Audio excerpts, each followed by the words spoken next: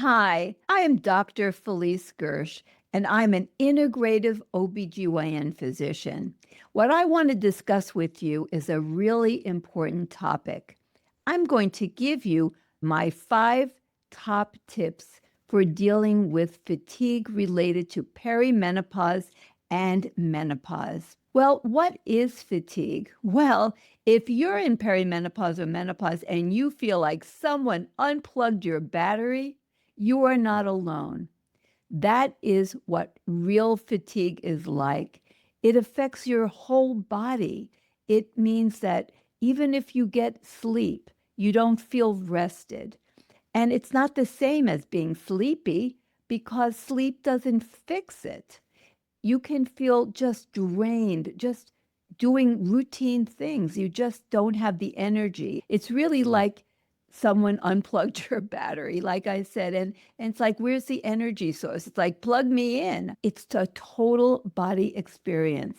It can affect your circadian rhythm. So your body doesn't realize what time of day it is. So you could feel actually even a little bit more energetic at night and really tired in the morning. It's like night is day, day is night. Things are not right. And as well, it affects your muscles. You feel just generally weak, drained is really the word that I hear all the time. It affects your mood. It affects every aspect of your life. Really, the quality of your life is not the same.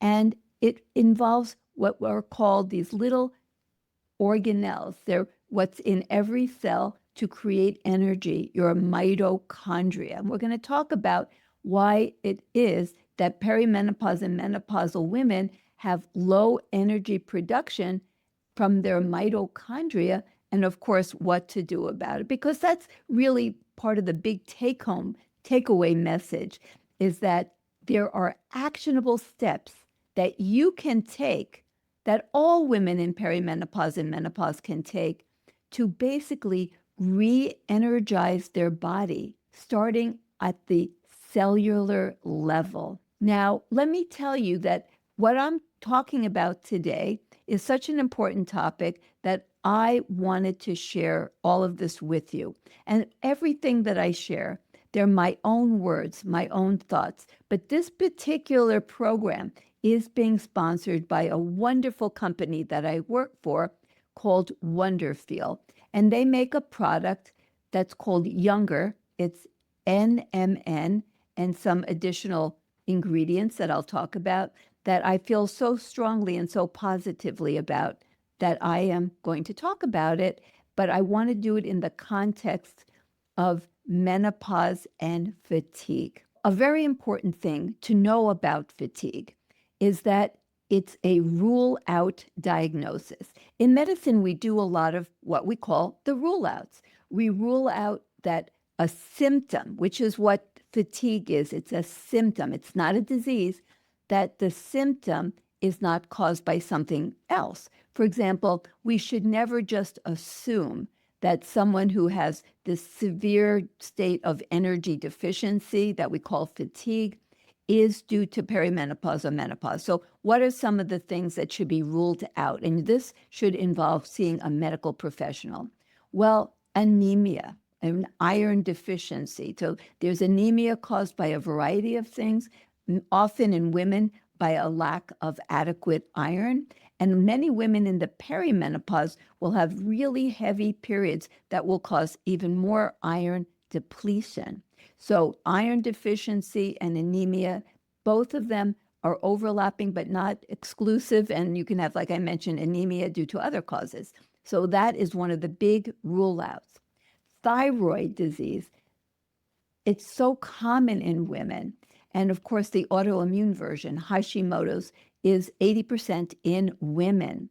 So, of course, low thyroid needs to be ruled out, as well as other autoimmune conditions, which are very prevalent, unfortunately, very prevalent in women. And other issues like chronic infections. For example, you can have a reactivation of Epstein-Barr virus. You could have long COVID. So definitely chronic infections need to be looked at. As well, you want to look at things such as metabolic dysfunction. Could you have insulin resistance, prediabetes, diabetes? Could you have a heart condition? That is often associated with fatigue. For example, heart failure. So you definitely want to look at metabolic issues as well. And what about sleep? There are many issues that occur during the perimenopause and menopause that can affect sleep, but also there are other issues that can affect sleep, not just night sweats and hot flashes, the obvious ones, but what about mood disorders, anxiety or depression, which can be due to multiple causes? Also, you may have issues involving your partner. Sometimes partners will snore or be very restless, or they're getting up, or they have unusual schedules. They may work a night shift, and you're getting disturbed sleep for a variety of reasons. Sometimes people have pets that share their bed and disturb them during the night. So chronic sleep deprivation from a variety of causes can give you chronic energy deficiency fatigue. As well, you should be checked for nutrient deficiencies. One of the most common I mentioned already was iron, but what about some other vitamins? Low B12 is absolutely associated with fatigue and brain fog, that type of thing, and also mood disturbances. But many other nutrients can be even mildly deficient, but when you add them all up, it can impact your ability to make energy and have proper cellular functioning. So, nutrient deficiencies is another issue. And there are certain medications. Sometimes people don't realize that, for example, antihistamines are sedating, and maybe they have allergies, which can also be very disruptive and cause fatigue, but maybe they're on antihistamines chronically, which are sedating, and that can also give you a fatigue type of situation. And there are other medications as well. That's why it's so important to seek out, advice from a qualified medical professional to determine if there are other causes or contributing factors to your fatigue that go beyond menopause and perimenopause. Once we've ruled out the other issues, we can address the 5 key levers that you can pull to improve your energy in menopause. Let's go to tip number 1. Move your body. Exercise as a generator of energy. It may seem counterintuitive, but having exercise will actually improve your energy state. Now, I don't expect you to start running a marathon or do high intensity interval training. It's okay to start low and steady.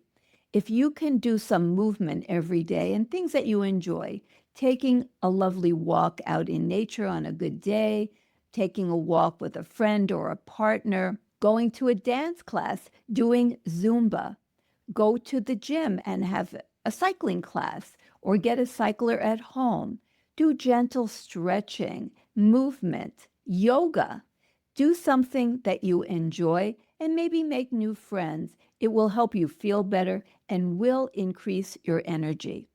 In addition to trying to do some aerobic exercise, and the goal is 30 minutes, 5 days a week. But don't expect that you're going to have necessarily the energy to do that, but go and do something every day. And in fact, just taking a moderately energetic, as best you can, walk for 10 or 15 minutes after meals is wonderfully energizing and is really good for your health. It will help control your insulin and blood sugar levels.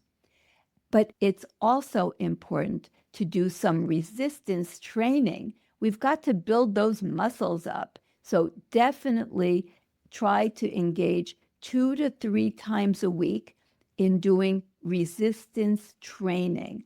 And you might need to work with a trainer to actually know how to do this. There's also things you can access online, but you need to do weight training or what we call resistance training, preferably 3, but even 2 times a week to really try to build that muscle up because muscle creates energy. So we want to do that.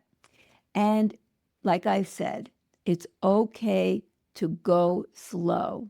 It really will make you more energetic over time. There are many benefits from exercise regarding reducing fatigue.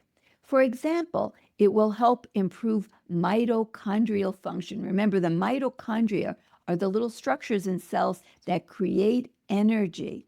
And exercise helps to improve not only their function, but their numbers. It helps them to clean house, what we call mitophagy. In addition, there's this magical coenzyme called NAD, and by exercising, you can improve NAD amount and NAD turnover. And what about blood sugar? Well, blood sugar is also helped by doing exercise. It helps to get the glucose out of the blood and into predominantly the muscles and other tissues that need that glucose to create the energy that you so sorely lack. So we definitely want to think about the great impact that exercise will have on your insulin function and lowering blood glucose levels to appropriately energize your cells.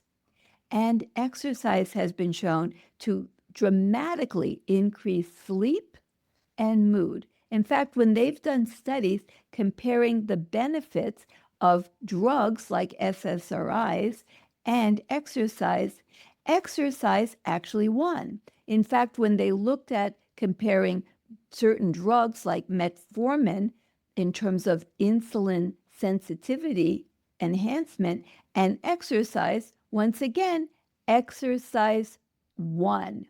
So don't wait. Don't wait till you feel more energized to start exercising. Exercise now to actually increase your energy status and energy production. Now, here's tip number 2. Tame that stress. Your nervous system regulation and cortisol balance must be optimized in order to improve your energy status and reduce fatigue. So what does stress do to the body? Well, there's this autonomic nervous system that we all have. I think of autonomic as automatic. The autonomic nervous system controls all the things that we do not think about. For example, breathing, sweating, our digestive tract motility, whether our arteries are relaxed or constricted, whether our bladder is filling with urine or not. So many things. All the things that happen automatically are controlled by the autonomic nervous system. When we have stress, what happens is the sympathetic part of the autonomic nervous system becomes overactivated. And it should only be activated, the sympathetic part, when we actually need it. And that would be if we're being invaded by an infectious agent, like a bacteria or a virus, or if we have injury, like we have damaged tissue, like from an accident, and we have a laceration or a crush injury, or if we need to do something like the proverbial run for your life, from an assailant. Then we need to activate the sympathetic nervous system. And think of the S in sympathetic as S stress, okay? Now, what should be the normal function of the autonomic nervous system? It should be dominant parasympathetic tone that is operated by the vagus nerve. Well, what happens in perimenopause and menopause is not a pretty picture. It turns out that estradiol, which of course is fluctuating in perimenopause and then declining and very low naturally in menopause, that hormone estradiol regulates the production and function of the neurotransmitter of the vagus nerve that controls the parasympathetic or natural calming state of the body is estradiol, and that neurotransmitter is acetylcholine. So when you have an insufficient amount of estradiol, you have a deficiency of that neurotransmitter and you have inadequate vagal tone. So the autonomic nervous system becomes dysregulated naturally with too much sympathetic output and not enough parasympathetic. Parasympathetic is often referred to as the system for rest and digest. Remember, I mentioned that when women have real significant fatigue in perimenopause and menopause, even sleeping doesn't seem to repair it. And it's not really a sleepiness, it's a deficiency, a drainage of what seems like your inherent natural energy supply. Well, it's really essential to have proper restorative sleep and have the proper energizing that needs to come from it. And when you don't have adequate vagal tone, you don't get adequate rest. And you get into a state where you can feel wired and tired. So you just feel exhausted. You're so tired, but you also just can't really rest because you feel kind of agitated. And why would you feel so agitated? Because you have overload of sympathetic outload. The stress hormones, which include the epinephrine, norepinephrine that comes out of the sympathetic nervous system, and that can give you like palpitations, tachycardia, rapid heartbeat, but also you have what's called the adrenergic component. The adrenergic as in the adrenal gland. Now, the adrenal gland also makes adrenaline, which is what is also called epinephrine, norepinephrine, as I just mentioned, that can give you rapid heartbeat, but also cortisol. And when you have too much cortisol, you are going to actually start having catabolism, like body breakdown. It actually, in the body, you have either anabolic, you're building, or you're breaking down. And chronic high inappropriate levels of cortisol make you in a catabolic state, a breakdown state. You actually can break down your muscles, lose vital muscles, and promote sarcopenia, which is very common. Sarcopenia is lack of adequate muscle. So what does all of this have to do with fatigue? Well, tremendous amounts. When you have too much cortisol, it will disrupt your circadian rhythm. So once again, your brain doesn't know if it's day or night, and you may feel actually, once again, a little more energized at night when you should be sleeping, so you don't get proper restorative sleep, and you get leaky gut. You have impaired gut barrier, which can create inflammation, and then you have more neuroinflammation in your brain, and it's really a downward spiral when you have overload of your body with cortisol, sympathetic output, and not enough vagal tone. So what can we do about it? Well, in addition to hormone therapy and other things I'm going to talk about in a couple of moments, you can do what is called like mind-body medicine. For example, you can do breath work. My personal favorite is what's called the 4-7-8. So you breathe in through your nose to really fill your lungs deeply for 4 seconds. Then you hold your breath for 7. Then you blow out and all the air slowly for 8 seconds through your mouth, making a whooshy sound. So once again, in for 4, hold for 7, then out for 8 with your mouth. I also love guided meditations. I personally love massages. There are essential oils, like you could rub lavender oil into the bottoms of your feet. You can get a diffuser and put rose geranium, bergamot. There's many essential oils, but if you don't know any, go with lavender. It's like the universal essential oil, and it has significant calming effects. There are some adrenal adaptogens, certain herbals that can help. If you're going to know one, the best one to think about is ashwagandha. In terms of what I love, nature. I mentioned like taking walks in nature. It turns out that even having photographs of nature in your environment can be very calming. Putting plants in your space where you work can actually also help you to increase vagal tone. Another problem that many women in at all stages of life, but particularly perimenopause and menopause at that stage of life, is that they don't know how to say no. They just say yes to everything, and they have too many obligations. How are you going to do guided meditation, to take nature walks, that go and have a massage, or any of these things if you have no time free? So recognize that this is a very challenging time of life, and you have to have energy if you're going to be productive at work, with your family, in any way whatsoever. You have to have energy. So be sure to say no when you can and prioritize your time for yourself during this really important time of life.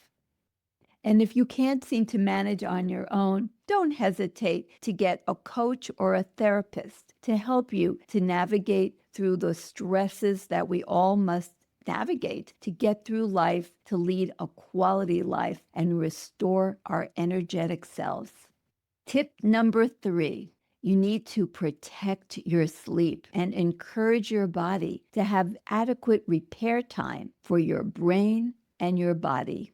Sleep is not optional. Of course, there's been a lot of attention to sleep, and it's very hard sometimes for women in perimenopause and menopause to get adequate sleep. Well, the most common, obvious one, of course, is dealing with night sweats and hot flashes. And the gold standard is going on hormone therapy.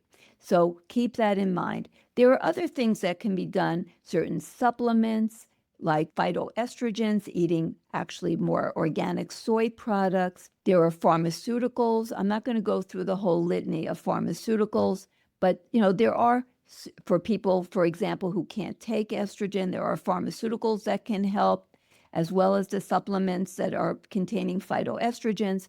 But the gold standard is taking hormone therapy. But that's not the only thing that can cause problems with sleep. There's issues with mood. Women going through perimenopause and menopause have, even if they've had no history of mood issues in the past, their chance of having significant clinical depression or anxiety literally doubles when they enter into perimenopause and thereafter.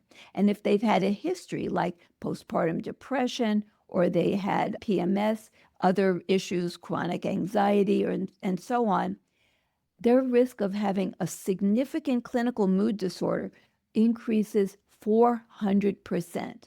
And women who have anxiety and depression will often have poor sleep quality. In addition, when you don't have adequate estradiol, and even when we give hormones, it's not the same as being 21 years old again and having 20-year-old ovaries. We have problems with our circadian rhythm, and we can have what are called sleep phase disorders. So your brain isn't sure what time it is, and you may wake up during the night, often 2, 3 o'clock in the morning, and have trouble falling back to sleep.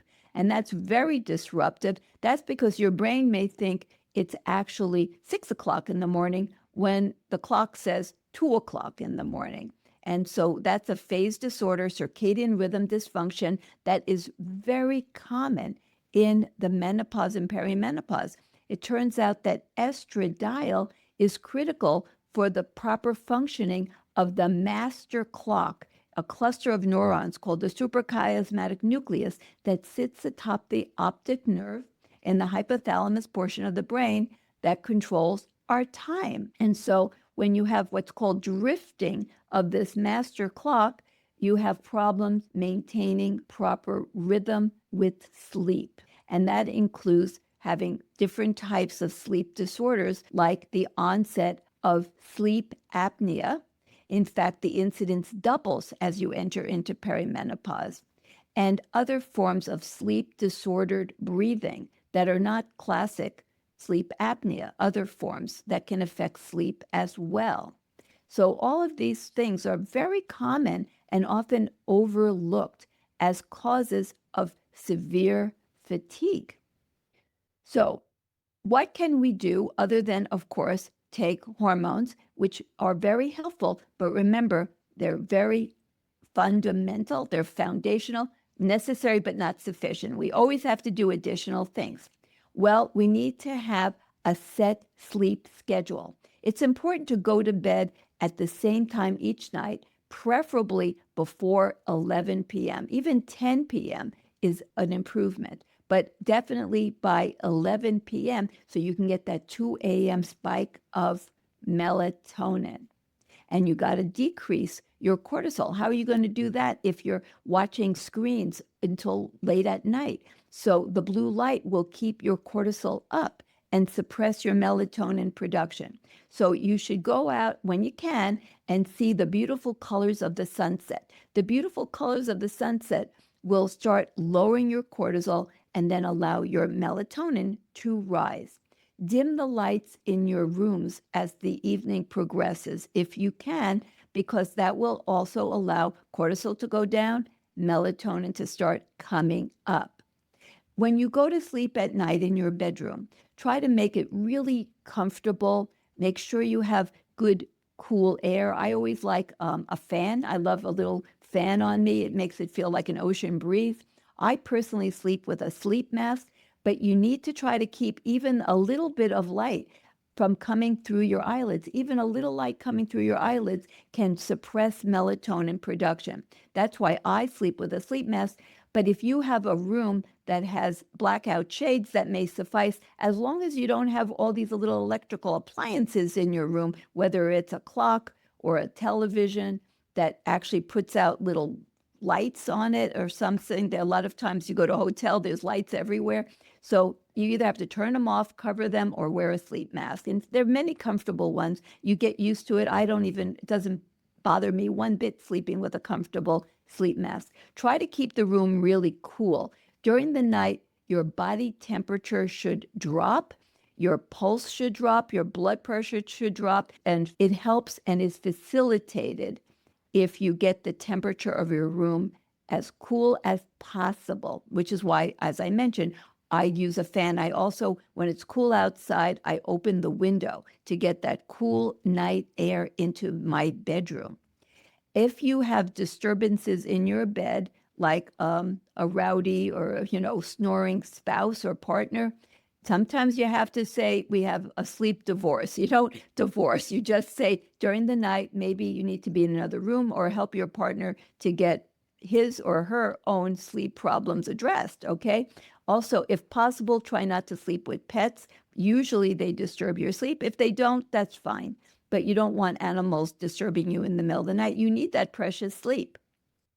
And once again, try to do calming things before you go to sleep. Don't read things that are exciting or scary. Don't watch a lot of television. Try not to watch any television or any screens for at least an hour before you go to sleep. That can be really, really helpful. And just do calming things. Listen to soft music, read a paper book, have a conversation, take a relaxing bath or a hot shower. It really can be calming. So you need to get this routine really together so that you can optimize sleep. When necessary, once again, you should see a healthcare professional. Many patients still have trouble getting their bodies to calm down, their brains to calm down, and they can benefit from cognitive behavioral therapy. And there are some herbals that can also help, like L-theanine, once again, ashwagandha, magnolia, and others, passion flower, lemon balm. These can all be very calming. So herbals can also be helpful. I discourage high-dose melatonin. If you're going to use melatonin, I suggest 0.5 milligram taken a couple of hours before bedtime just to help welcome sleep, to lower cortisol and encourage your body to make your own melatonin, because we don't want to block that spike of melatonin at 2 a.m. by giving a high dose of melatonin earlier in the evening. So try to help with your natural body rhythms to get them back on track, and try not to use high dose melatonin at bedtime. In addition to looking at cognitive behavioral therapy, if you simply can't get to sleep, you also should definitely get a sleep professional involved. If you are snoring, if you wake up with headaches, or you gasp during the night, these are clues that you have a sleep disorder. such as sleep apnea, and you definitely need to get tested. In fact, I test very liberally anyone who's having sleep problems. I do not hesitate. I get a sleep study. These are so simple nowadays. There are home studies where you just put something on your hand, your wrist, and your finger, and it can actually determine if you have different types of sleep disordered problems.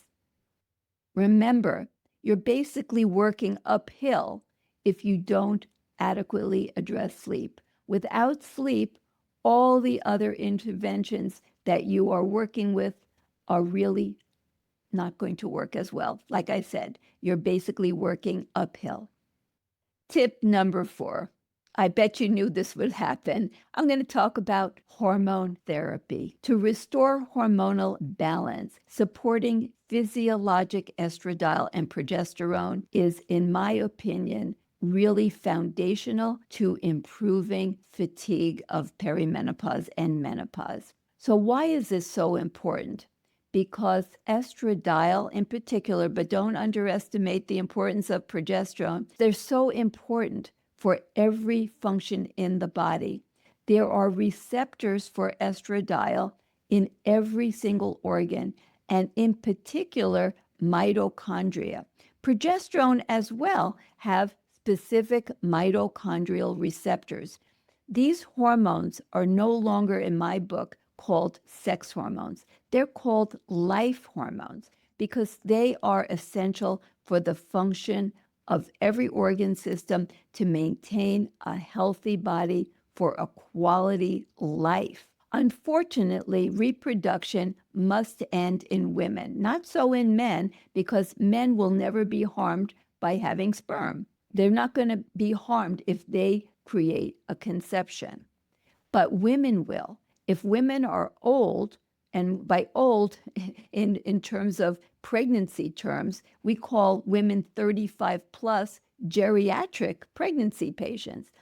It turns out that pregnancy is the ultimate stress test of women, and it's very, very taxing to the body in so many ways. And women would not survive pregnancy in their 50s or 60s, and even in their 40s. It's really a high-risk scenario. So nature has to end reproduction for women because they could not survive pregnancy and the babies would not survive. But unfortunately, it just turns out, this is how humans evolved, that in order to make progesterone and estradiol from the ovaries, you need to have eggs. And the eggs they're finite in number. And when they're gone, they're gone. And as you go through perimenopause, you still have them, but fewer and poorer quality, so they don't make hormones in the same optimal way. And of course, in menopause, there's no longer any estradiol and progesterone produced eventually. So because estradiol and progesterone are so critical for energy production, there will be a decrease in the functionality of every organ system because energy is the spark of life. Energy is what runs everything in the body. And without adequate estradiol and progesterone, you cannot have optimal mitochondrial function and energy production. So, of course, women are going to have a degree of fatigue. It's not if, it's how bad. That's a really important takeaway.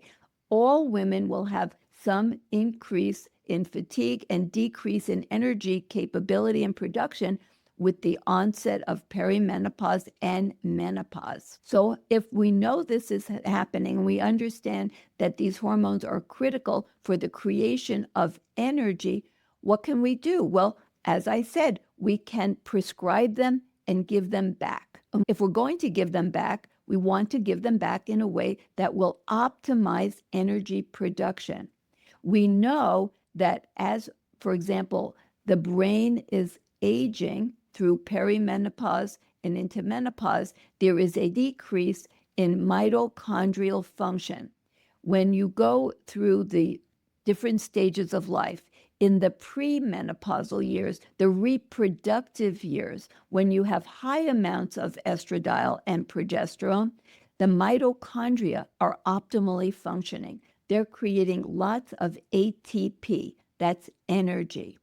Well, what happens when you get into perimenopause and these hormones are decreasing?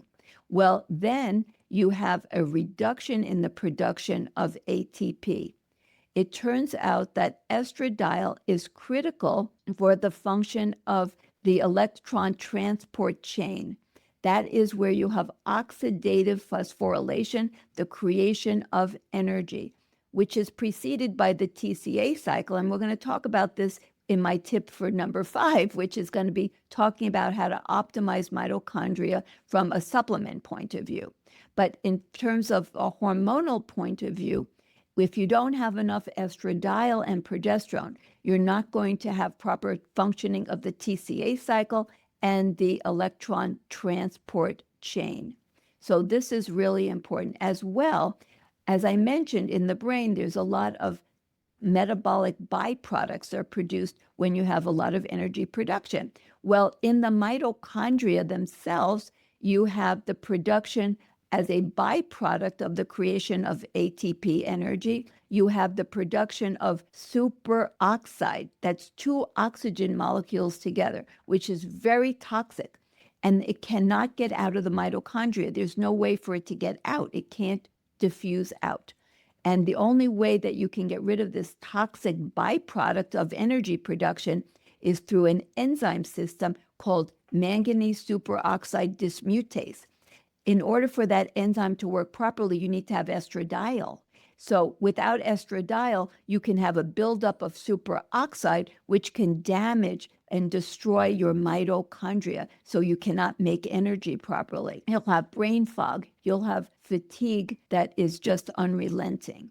So what can we do? Well, with adequate estradiol, that enzyme, manganese superoxide dismutase, will work properly. It converts the superoxide into hydrogen peroxide, which is also toxic, but hydrogen peroxide can diffuse out of the mitochondria into the cytoplasm of the cell, where other enzyme systems can convert the hydrogen peroxide, which is H2O2, into harmless water, H2O. So without adequate hormones, you will not have adequate processing of the superoxide. In addition, there are enzymes that are in mitochondria called sirtuins, and sometimes we abbreviate them as SIRT. And the one in mitochondria is called SIRT3, and it is critical for mitophagy, the renewal and regeneration of mitochondria. So this is a critical and very, very important thing to know, that without adequate estradiol and also progesterone, you don't have proper mitophagy and activation of this enzyme, SIRT3, which we're going to come back to in my next tip as well. So proper energy requires optimization of hormones. I recommend giving cyclic progesterone to mimic the menstrual cycle, because we're not going to get into it in great detail here, but progesterone turns up the receptor function and turns down the receptor function of various hormones. For example, progesterone will downregulate the alpha receptor, one of the estrogen receptors that's involved in growth factor creation. And we need growth factors. We just want to control. Like uncontrolled growth is bad, but no growth is bad. You have to have a balance. That's why we need hormones to be balanced to somewhat replicate the hormones of women when they're healthiest during the reproductive years. And we want to get estradiol levels not to be the lowest dose, but to be the best dose. And what's the best dose? Well, we're not able to actually completely mimic a menstrual cycle. That's too complex. But what we can do is get levels that are similar to typical levels that women have during their younger, healthiest years, because you need to have the right dose. Everything is dose dependent. You want to have optimal mitochondrial function so that you don't have this decline in energy production in your brain, in your heart, in your muscles. Then you need optimal estradiol and progesterone given in a way that is physiologic. And so we want to have optimal mitochondrial function. You can't have energy if you don't have optimal mitochondria. Just as a side note, Testosterone is always produced by the ovaries, but it's not going to replace at all, these hormones that we are absolutely dependent on for optimization of energy production. Estradiol, number one, progesterone, number two. So we need to have those hormones, and we can replace them in the menopause and supplement them in the perimenopause years to improve mitochondrial function. But once again, we have to do all the other things that I gave you the tips for, because hormones are essential and foundational, necessary, but not sufficient. We still have to do all the other tips in order to optimize energy production for quality of life and reduction of fatigue. As you may know, the black box warning that was on all of our hormone products has been removed by the FDA, and hopefully all the fear-mongering that occurred after the Women's Health Initiative will end, and people will understand that these vital life hormones maintain health. They don't destroy health, and that the fear that was generated was resulting from other types of hormones that were used in that study called the Women's Health Initiative, which should not be used any longer. Using human identical hormones is the way to go. Do not have fear of hormones. When given properly, they restore energy, capability, and quality of life. Now, tip number 5. This is a really important tip. It's about supporting your mitochondria and cellular energy utilizing supplements. And I'm going to focus on how to get NAD and why we should want NAD for optimization of energy production. This is not a little matter. There is a decline in this vital coenzyme called NAD. Now, NAD is present in all life forms, including single-celled bacteria. It's essential for life itself. You cannot have proper creation of energy. Remember, what's the difference between life and death? It's the ability to make energy. If you have no energy in your brain and you do an EEG, electroencephalogram, you have a flatlining, right? They call that brain death. If your heart doesn't beat and you don't get the EKG where you get the little squiggles going up and down, I'm sure you've all seen it on television or in the movies, and the heart, the EKG is flatlining, that's called death, okay? Those are electrical signals. Electrical signals are a manifestation of energy. We have to have energy for life itself, and that's true in every life form. So NAD, which you may never have heard of, is critical for energy and life. Well, sadly, our amount of NAD in our bodies declines with aging, and with that comes the ability to create energy. Now, NAD does more than just create energy and maintain mitochondrial function. It's involved in DNA stability and other critical cellular functions. But for this particular presentation, I'm going to focus on energy and the role that NAD plays, because it's so critical. Energy, the spark of life that maintains how you live and how you function. When you go into a park and you see old people sitting on a bench, do you think they just love benches? Of course, they would rather be out there playing frisbee or catch or running around and playing baseball or whatever is going on in the park. They want to be like young again. They don't want to be old sitting on a bench. Why are they sitting on the bench? Well, largely it's because they don't have the energy. Old people do not have the energy of young people. I mean, that goes without saying, but I'm going to say it anyway. Have you ever seen little children running? It's like, yes, they nap and they fall asleep later and they sleep great, right? But they run around. It's like, how does a kid have so much energy? They can't even sit still. They just want to run. They want to jump. Old people don't do that. They just sit down and they're tired They're just tired and they haven't done anything. Well, that's what happens in perimenopause and menopause. We lose our energy, and then we don't want to spend the rest of our lives sitting on a bench. We want to be out there having fun and doing stuff, right? You want to be able to go on hikes and climb and do all the wonderful activities and sports that you've done all your life. You want to keep being able to do them.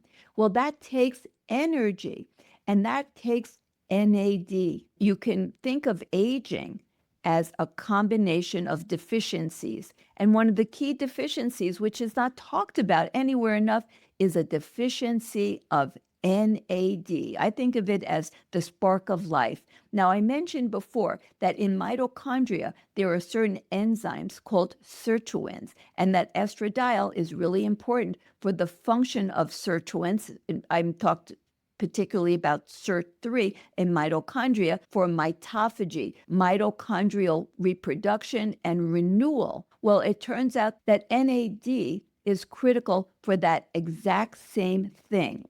And NAD is the coenzyme for the enzymes called the sirtuins. These are critically important for mitochondrial function and the creation of energy by mitochondria. Now, what is a coenzyme? A coenzyme drives the enzyme.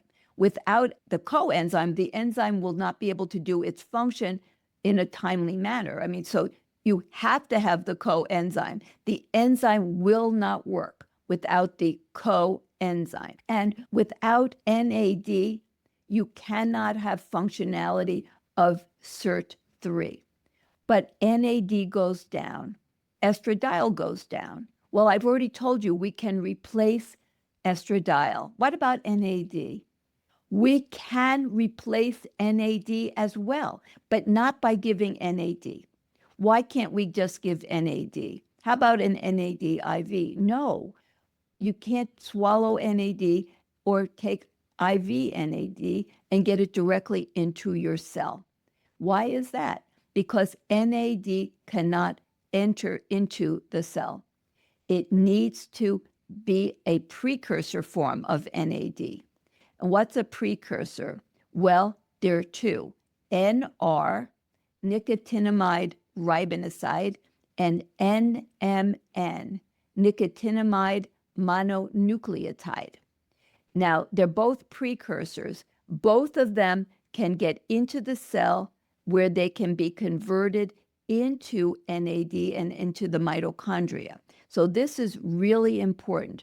You have to take a precursor to NAD to get NAD into the mitochondria. That is really, really critical to know. In order to get NAD into the mitochondria, you take either NR or NMN. That will be able to get into the mitochondria. And in the cell, in the mitochondria, it can be converted into what we need, which is NAD. Now, here's another problem. If you have inflammation, if anyone has inflammation in their bodies, then the immune cells they're part of the inflammatory response. They're what creates inflammation. So when you have inflammation, your immune cells are what's creating that inflammation, okay? And part of the inflammatory response is the production of a certain enzyme called CD38. Now, CD38 is an enzyme that will do what? It will destroy NAD. Now, that seems crazy. Why would we have our own immune cells destroying NAD? Because the immune cells should be destroying NAD, not in our cells, but in bacteria. Remember, I mentioned that NAD is present in all life forms. It's essential for life itself. Well, bacteria also have NAD, and our immune cells are designed to kill pathogens, to kill bacteria that are trying to invade and infect our bodies. And part of the mechanism is for the immune cells to make this enzyme that destroys NAD in the bacteria, so the bacteria will die. But what triggers the production of this enzyme CD38 is inflammation, because inflammation begets more inflammation. If you have the inflammation of aging, called inflammaging, that occurs when you have leaky gut, when you don't have the right nutrients. All of these things occur in great prevalence when you have lack of adequate estradiol and progesterone, and all these systems in the body become less functional. Then you have what's called systemic inflammation, and that can cause systemic production by these immune cells of this enzyme. So if you produce the NAD, then what will happen is the NAD will be destroyed by our own immune cell produced destructive enzymes. So in the product that I love, which is Younger by Wonderfeel, in that product, not only do you have the ideal level of NMN, which is 900 milligrams. If you take 2 in the morning, you get the perfect dose, 900 milligrams, along with an array of polyphenols and antioxidants, these phytonutrients and antioxidants that will help reduce inflammation, to calm down the immune cells so that they don't produce this enzyme to destroy our newly produced NAD in our cells. So this is so important to know, that you have to lower this inflammatory response that is so prevalent in women as they go through perimenopause and menopause, inflammaging. We've got to get rid of that inflammation so we don't destroy our NAD that we're producing from our precursor molecules like NR or NMN. And I personally really like NMN. I love that this particular product has just the right formulation, the right dose, the high quality. So it's important to understand that aging and menopause will cause a reduction in the amount of NAD in the body. We can replace it by taking a precursor like NMN, but along with its magical polyphenols and antioxidants that will help to prevent the enzyme from our immune cells to destroy our newly produced NAD. And you can't take NAD directly and get it into the mitochondria because they can't get in, okay? You have to first have the precursor and then convert it within the cells into the NAD. So these are really important takeaways. We need that beautiful combination of lifestyle, all the lifestyle things I mentioned, along with the hormones, along with the NAD precursors to make NAD. So an important takeaway: your energy is ultimately cellular.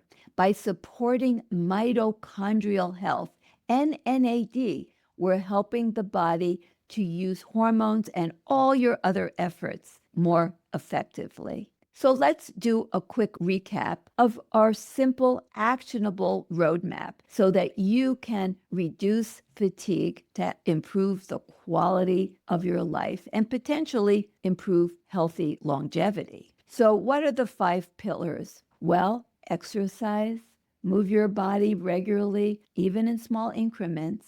Stress, address stress to calm your autonomic nervous system, reduce sympathetic output, increase vagal tone, and remember to set boundaries. Sleep, promote that reparative time of the day to help your brain to be healthier and all of your body parts to work better. It's so important to have good quality sleep, and when necessary, be sure to include your medical professional in terms of helping you to achieve that end. Hormones. To me, hormones are not optional, and the vast majority of women can use them and improve their quality of life, including having more energy, having better mitochondrial function for a better life in every which way. Support cellular energy, because that's what it comes down to, the mitochondria in the cells themselves. You need to support cellular energy with quality nutrition and movement and targeted supplements like NMN, Younger from Wonderfeel. Fatigue is legitimate. It's multifactorial, and it's a symptom with real solutions. All women deserve to have practitioners, clinicians who will listen to them and respond and understand that fatigue is a real symptom, a real problem that the majority of women face in perimenopause and menopause to varying degrees, and that it is treatable, it's actionable. You don't have to make all the changes at once. Take it one step at a time, literally and figuratively. Every woman has to transition through perimenopause and into menopause. But this can be a fantastic chapter of your life. In fact, for many women, it's literally half their lives are spent perimenopausally or menopausally. So we need to put in the time, the effort to understand what's happening to us.